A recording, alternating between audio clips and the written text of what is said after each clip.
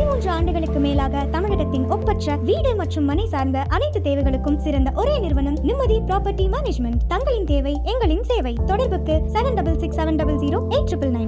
அருந்தமிழர்களுக்கு வணக்கம். நேற்றைய தினம் நாம் தமிழர் கட்சியின் தலைமை ஒருங்கிணைப்பாளர் அண்ணன் சீமான் அவர்களை பற்றி தாவேகாவை சேர்ந்த வழக்கறிஞர் அதிசயா அவர்கள் ஒரு புகார் அளிச்சிருக்காங்க நேற்று காவல் ஆணையர் அலுவலகத்தில். அண்ணன் அவர்கள் அவர்களின் முதலமைச்சரை தரக்குறைவாக பேசிவிட்டார் என்றும் மீன்வளத்துறை அமைச்சர் ஸ்ரீநாத் அவர்களையும் தரக்குறைவாக பேசிவிட்டார், அதற்காக வழக்கு தொடுக்க வேண்டும், அவர் மீது நடவடிக்கை எடுக்க வேண்டும் என்று ஆணையர் அவர்களை பார்த்து அதிசயா அவர்கள் அதிசயமாக ஒரு புகார் கொடுத்துட்டு இருக்காங்க தலைமை ஆணையர் அவர்களிடம். வாங்க அதை பற்றி அண்ணன் சுரேஷ் அவர்களிடம் விவரமாக பேசுவோம். அண்ணன் வணக்கம். வணக்கம். வணக்கம் சுஜி. இந்த அதிசயா பேரை பேசும்போது கொஞ்சம் ரோல் ஆகுதுன்னு அவங்க கூச்சமே இல்லை, பயமா இருக்கு உங்களுக்கு. கூச்சமே இதுக்கு கூட ஒரு புகார் கொடுத்துடக்கூடாதோ அப்படின்னு சொல்லி பயமா இருக்குது. ரொம்ப பயந்துட்டோம். எதுக்கு புகார் கொடுக்கறதுன்ற விவசாயம் இல்லாமல் ஒரு புகார் கொடுக்குறாங்க, நம்ம மேலேயும் புகார் ஏதாவது கொடுத்துடக்கூடாதுன்னு பயமா இருக்குது. அது புரிஞ்சுக்க உங்க பயம் புரிஞ்சிக்க முடியுது. ஒரு மாசம் ஆட்சியில இவங்க பண்ற கூத்து, இவங்க பண்ற நகைச்சுவை, அப்ப தினசரி நம்ம எல்லாரும் போய் அங்கதான் நிக்கணும்னு நினைக்கிறேன். தமிழக மக்களை எல்லாம் எப்பவுமே என்டர்டைனிங்கா வச்சுக்கணும்ல, அதுக்கு அவங்களுடைய வழக்கறிஞரையும் விதிவிலக்கல்ல காட்டுறதுக்காக என்டர்டைன் பண்றதுக்காக வேற இடத்தை தேர்ந்தெடுக்க தெரியாம கமிஷனர் அலுவலகத்தை தேர்ந்தெடுத்து வந்து புகார் கொடுத்திருக்காங்க. அதுல அவங்க பேசும்போது நீங்க கவனிச்சிருப்பீங்க, ஒருமையில் பேசிவிட்டார், தரக்குறைவாக பேசிவிட்டார், நோ கமெண்ட்ஸ் அப்படின்னு கச்சத்தீவு விவகாரத்தில் சொன்னதை கூட்டம் சிரிப்பதற்காகவும் கைத்தட்டுவதற்காகவும் நக்கல் அடிச்சு பேசிட்டாரு. அப்புறம் சினிமாவில் உள்ள பாடல், அந்த பாடலையும் சொல்லி ஸ்டைல பார்த்து அப்படின்னு அந்த பாடலை சொல்லி இப்படிலாம் வருது அப்படின்னு சொல்லிட்டாரு. எவ்வளவு பாடல அதை போய் பாடிட்டாருன்னு அண்ணன் கோச்சுக்கிட்டாங்க. 59 சினிமா திரைப்படத்தில் நடிச்சிருக்காரு. 69 மணிக்கணும், அதுக்கு ஒரு வழக்கு கொடுத்துருக்காரு. கேமரா வழக்கு கொடுத்துருக்காருன்றீங்க. 69 படம், அதுல ஒரு படம் கூட சரியில்லாத படம்னு சொல்லிட்டாரு. எல்லாம் மெகா படமும் சினிமாவும் அரசியலும் ஒன்னா, ரெண்டும் வேற வேற, அதோட தொடர்படுத்தி பேசலாமா அப்படின்னு சொல்லி ஒரு புகார் கமிஷனர் அலுவலகத்தில் போய் கொடுத்துருக்காங்க. அந்த புகார் கமிஷன் அலுவலகத்தில் கொடுத்தது சரியா இல்லையான்றதை கடைசியா பேசுவோம். ஒரு வழக்கறிஞரா அவங்க கொடுத்தது சரியா இல்லையான்றதை கடைசியில பேசுவோம். அதுக்கு முன்னாடி நம்ம என்ன பேச வேண்டியிருக்குன்னா, இன்னைக்கு அரசியல் களத்துல சினிமாவும் அரசியலும் வேற வேறன்னு இவங்களே சொன்னாலும் அதை ஏத்துக்கிற மாதிரி இருக்குதா அப்படின்னு நம்ம பார்க்க வேண்டியிருக்குது. உங்க தலைவரே டெய்லி சினிமா தான் நடிச்சிட்டு இருக்காரு, டெய்லி ஒரு ஸ்டண்ட் தான் போறாரு. படத்தின் முதல் காட்சியில நான் தான் நடிப்பேங்கிற மாதிரி எதை தொடங்கி வச்சாலும் கார் எடுத்துட்டு டக்குன்னு ஒரு ரவுண்டு போயிடுறாரு. இதெல்லாம் என்ன மாதிரின்னு எனக்கு நீங்க தான் சொல்லணும். அதாவது என்னன்னா ஒன்றும் கிடையாது. இப்போ நம்ம சப்ஜெக்டுக்கு வருவோம். திரு விஜய் அவர்கள், அவர் நமக்கு முதலமைச்சர் தான் நினைக்க. ஓட்டு போட்டவர்கள் போடாதவர்கள் எல்லாருக்கும் அவர் தான் முதலமைச்சர், முதல்வராக தேர்ந்தெடுக்கப்பட்டிருக்கிறாரு.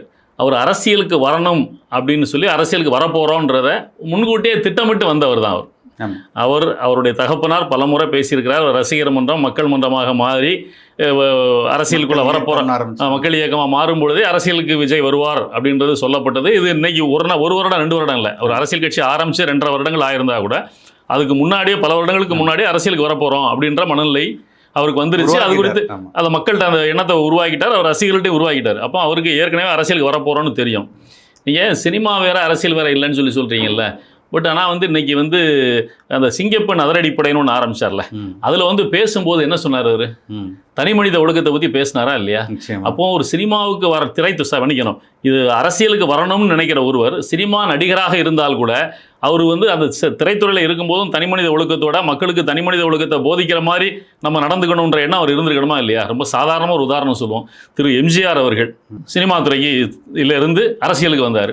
அவர் அரசியலுக்கு வருவதற்கு முன்னாடி திரைத்துறையில் இருக்கும்போதே அவர் ஒரு முடிவு எடுத்து இருந்தார். நீங்கள் அவருடைய திரைப்படங்கள் எந்த படங்கள்லையுமே அவர் மது அருந்துவது மாதிரியோ புகைப்பிடித்தது மாதிரி எந்த படமும் நடிச்சு பார்த்துக்க முடியாது, நடிச்சிருக்க மாட்டார். ஒரே ஒரு படத்தில் நடிச்சிருப்பாரு, திருந்திட்டு அது தவறுன்னு சொல்ற கருத்துக்களுக்கு தான் கொண்டு வந்திருப்பார்.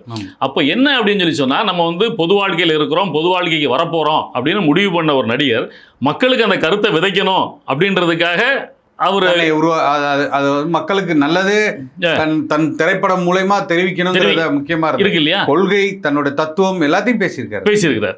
அப்போ அதுதான் நம்ம சொல்ல வர விஷயம். அண்ணன் சீமான் அவர்கள் சொல்ல வந்த விஷயம், அந்த பாடலை சொல்லி அவர் பேசினதுடைய நோக்கம் அதான். ஒரு வரியில கடந்து போயிட்டாரு, விரிவா கூட பேசல. அவர் சொல்ல வந்தவருடைய நோக்கம் அதுதான். என்னன்னு சொன்னா, நீங்க திரைத்துறையில இருக்கும்போதே அரசியலுக்கு வரணும்னு முடிவு பண்ணீங்க.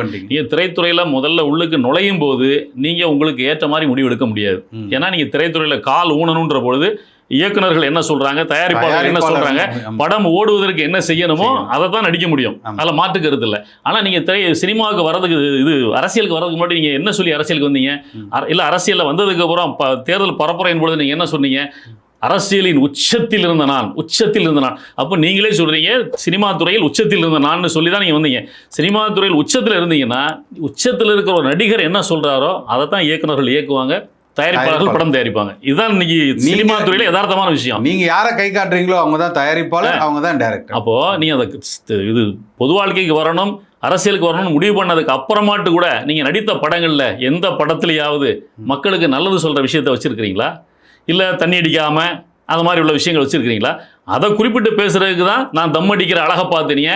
திரைத்துறையிலையும் சரி, நீங்கள் இவன் டிவிலையும் சரி, ஒரு திரைப்படம் ஒளிபரப்பாகிறதுன்னு சொல்லி சொன்னால் நீங்கள் திரையில் கூட வரும்போது கூட ஸ்மோக் பண்ணுற மாதிரி வந்தால், தண்ணி அடிக்கிற மாதிரி காட்சி அமைப்புகள் வந்தால் கீழேயே எழுத்து போடணும். ஆமாம், சமூக குற்றம், அதை செய்யாதீங்க அப்படின்னு சொல்லி போடணும். அப்போ அந்த அளவு கெடுபிடி இருக்கும்போது நீங்கள் அரசியலுக்கு வரணும்னு நினைக்கிறவர் நீங்கள் அதை தவிர்த்துருக்கணுமா இல்லையா? திரைத்துறையில் அதை சொல்லி பேசினா நீங்கள் இது அதை விமர்சனம் பண்ணுறது அப்படின்னு சொல்லி பேசுறது எந்த விதத்தில் நியாயம்? அண்டாவ கொண்டா பீரடிக்க அப்படின்லாம் அதெல்லாம் பாடல். அதெல்லாம் என்ன, அதெல்லாம் சமூகத்தை இதுதானே, நீங்க புரிஞ்சுக்கலன்னு நினைக்கிறேன். இளைஞர்களுக்காக அவர் பாடியிருக்காரு போல அந்த பாட்டெல்லாம் அப்படின்னு நான் நினைச்சுக்கிறேன். அப்போ இது இப்போ அதை பற்றி விமர்சனம் பண்ணி பேசக்கூடாதுன்னு சொன்னா யாரு? என்ன அர்த்தம்? நீங்க அதே மாதிரி கச்சத்தீவு பிரச்சனை, நீங்க அரசியலுக்கு வர்றதுக்கு முன்னாடி கச்சத்தீவை பற்றி எத்தனை இடங்கள்ல தேர்தல் பரப்புரையின் பொழுது எத்தனை இடங்கள்ல நீங்க பேசுனீங்க? கச்சத்தீவை கொண்டு வந்தாச்சுன்னா இவ்வளவுக்கும் மீனவர்களுக்கு, நீங்கள் மீன்வளத்துறை அமைச்சர் மீனவர் சமூகத்தை சார்ந்தவர், அதனால தான் அந்த கேள்வி அவர்கிட்ட கேட்கப்படுது. மீன்வளத்துறை அமைச்சராக இருப்பதனால அவருடைய தலைவர் தேர்தலுக்கு முன்னால் தேர்தல் பரப்புரையில் பேசும்போது என்னென்ன பேசினாரு அப்படின்றதெல்லாம் இருக்கு. கச்சத்தீவு பிரச்சனை வருது. அப்போ அதை பற்றி பேசும்போது நோ கமெண்ட்ஸ், ஏதோ ஒரு கருத்தை சொல்லியிருக்கலாம். அது மத்திய அரசுகிட்ட இருக்குது, மத்திய அரசு நாங்கள் வலியுறுத்துவோம், பரிசீலனை பண்ணுவோம், வலியுறுத்துவோம்னு சொன்னால் முடிஞ்சு போச்சு. அதை மாரி மக்கள் கேட்க போறதில்லை. அப்போ அதை சொல்வதற்கு கூட ஒரு அனுமதி கொடுக்காம, அதுக்கு கூட பயந்து தலைவர் என்ன சொல்லுவாரோன்னு கேட்டு தான் சொல்லணுன்ற அளவுக்கு அமைச்சர்களை வச்சிருக்கிறாருன்னு சொல்லும்போது அதை விமர்சனம் பண்ணதில் என்ன தவறு இருக்குது? சோ எந்த தவறுமே இல்லை. அப்போ இதை கேள்விக்குள்ளாக்குவதற்கு நீங்க அவர் அண்ணன் அவர்களை சந்திச்சுட்டு போறதுக்கு என்ன சம்பந்தம்? என்ன இருக்குது?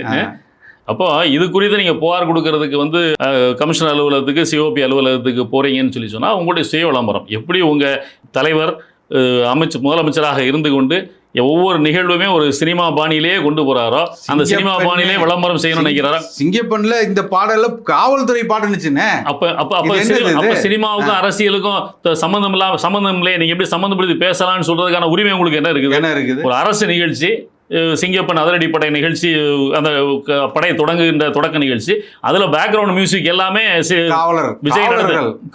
விஜய் நடித்த திரைப்படத்துல இருந்து திரைப்பட பாடல்களை பின்னணி இசையா வச்சு போடுறாங்க. அப்ப எல்லாமே இங்க அது பின்னி பிணைந்து தான் இருக்குது. இங்க தமிழ்நாட்டில் அரசியலும் சினிமாவும் வேற வேறன்னு இல்லை. ஆமா, அப்படிப்பட்ட சூழ்நிலை நீங்க சினிமாவில் இருந்தா கூட அரசியலுக்கு வர்றதுக்கு முன்னாடி சினிமாவை எப்படி பயன்படுத்த விடுமோ அப்படி பயன்படுத்தியிருக்கணும். அப்படி பயன்படுத்தாமல் நீங்க அரசியலுக்கு வந்திருந்தீங்கன்னா அது குறித்து கேள்வி கேட்பதற்கான உரிமை எதிர்கட்சிகளுக்கு இருக்கின்றது தானே உண்மை. அப்ப அது குறித்து நீங்க எதுக்காக புகார் கொடுக்கணும்? எதுக்கு நீங்க சிவ பேர் வரணும்? நீங்க ஒரு வழக்கறிஞர் அணி வச்சிருக்கிறீங்க. இன்னைக்கு அரசியல்லையே கூட அண்ணன் சீமான் அவர்கள் மட்டும்தான் மேடையில் பேசும்போது மக்களுக்கு என்ன தேவைன்னு அவங்க எதிர்பார்க்கிறாங்களோ, தேவைன்னா அவங்க பல தேவைகள் மக்களுக்கு இருக்கும், எல்லா தேவைகளும் மக்களுக்கு நன்மை வைக்கிற தேவையா நம்ம பார்க்கக்கூடாது. மக்களுக்கு நன்மை வைக்கிறது எதுவோ அதை தான் நம்ம கொடுக்கணும் அப்படின்றது தான் பல மேடைகள் அண்ணன் சீமான் அவர்கள் சொல்லியிருக்காங்க. நம்ம கட்சியோட நிலைப்பாடே அதுவாக தானே இருக்கு. மக்கள் இலவசம் கேட்கறாங்களுக்காக கொடுக்க கூடாது, அவங்க வாழ்க்கை முறையை உயர்த்தணும். அவர்கள் அவங்களுக்கு என்ன தேவைன்றதை அறிந்து குறிப்பறிந்து நம்ம கொடுக்கணும். தவிர அவங்க இதை கேட்கறாங்கன்றதுக்காக கொடுக்க தரமாட்டேன் அப்படின்னு சொல்ற ஒரே தலைவர் அண்ணன் சீமான் தான். அதை தான் ஒரு மேடையிலையும் அந்த பாடலெல்லாம் சொல்லி அதை பாடி அவர் கிரிட்டிசைஸ் பண்ணியிருக்கிறாரு தவிர வேற ஒண்ணும் கிடையாது. ஒரு மன்னன் அப்படித்தானே இருக்கணும். தன் மக்களுக்கு எது சரி என்பதை செய்யறவன் தான் மன்னனா இருக்க முடியும், அரசனா இருக்க முடியும், தலைவனா இருக்க முடியும். அப்ப நீ இலவசம் வேணும் அப்படின்னா இலவசத்தோட உனக்கு எது முக்கியம்? உன் வாழ்க்கையை தரத்தை உயர்த்துவேன், நீ யார்ட்டையும் கை நீட்டாத, அந்த வாழ்க்கை முறையை உனக்கு கொடுக்குறேங்கிறாரு. இதெல்லாம் செய்யக்கூடியது தான் ஒரு தலைவர் முடியும். அந்த தலைவரா நீ நடந்துக்கோ அப்படின்றது தான் ஒரு அந்த மேடையில சொன்னாரே தவிர வேற ஒண்ணும் இல்லை. அதற்காக வழக்குனா சந்திக்கிறதுக்கு நம்ம தயாரா தான் இருக்கிறோம். நீங்க ஒரு விளம்பரத்துக்காக தான் வந்திருக்கிறீங்க. உண்மையிலேயே அந்த வழக்கறிஞருக்கு அண்ணன் சீமான் அவர்கள் மீது நடவடிக்கை எடுக்கணும் அப்படின்ற உண்மையான எண்ணம் இருந்தா நேரடியாக ஒரு வழக்கறிஞர் தாக்கி அனுப்ப வேண்டியதானே? அப்படின்னு சிவில் வழக்கு தான் போடணும். 499 ஐபிசி முன்னாடி இப்போ 356 பிஎன்எஸ்ல கிரிமினல் வழக்கு பதிவு பண்ணலாம்.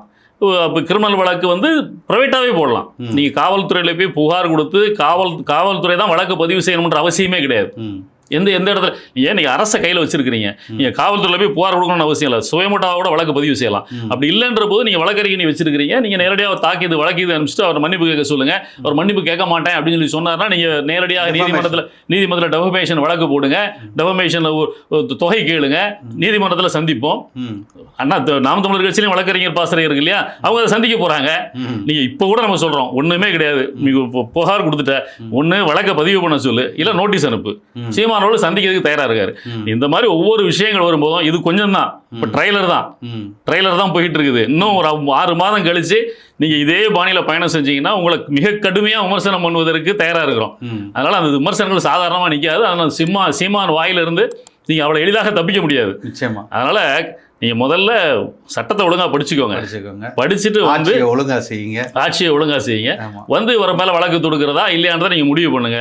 சும்மா பூச்சாண்டி காட்டுற வேலையெல்லாம் இங்கே வச்சுக்காங்க அப்படின்றது தான் நம்முடைய இது. இல்லை சும்மா ஒரு ஷோ தான். அவருடைய முதல்வர் எப்படி பண்ணுறாரோ அதே ஷோவாக கட்சியிலோட ஒவ்வொருவரும் ஒவ்வொரு இடத்துல பண்ணுறாங்க. அதே அந்த அதிசயா அப்படின்ற வழக்கறிஞர் அம்மாவும் பண்ணியிருக்காங்கன்றதான் நம்முடைய பார்வை. சரி. ஸோ தொடர்ந்து அவங்க வழக்கு தொடுக்கட்டும், நம்ம முறைப்படி சந்திப்பதற்கு தயாராக இருக்கிறோம் அப்படின்றதை இந்த நிகழ்ச்சி வாயிலாகவே அவர்களுக்கு சொல்கிறோம். நன்றி, வணக்கம்.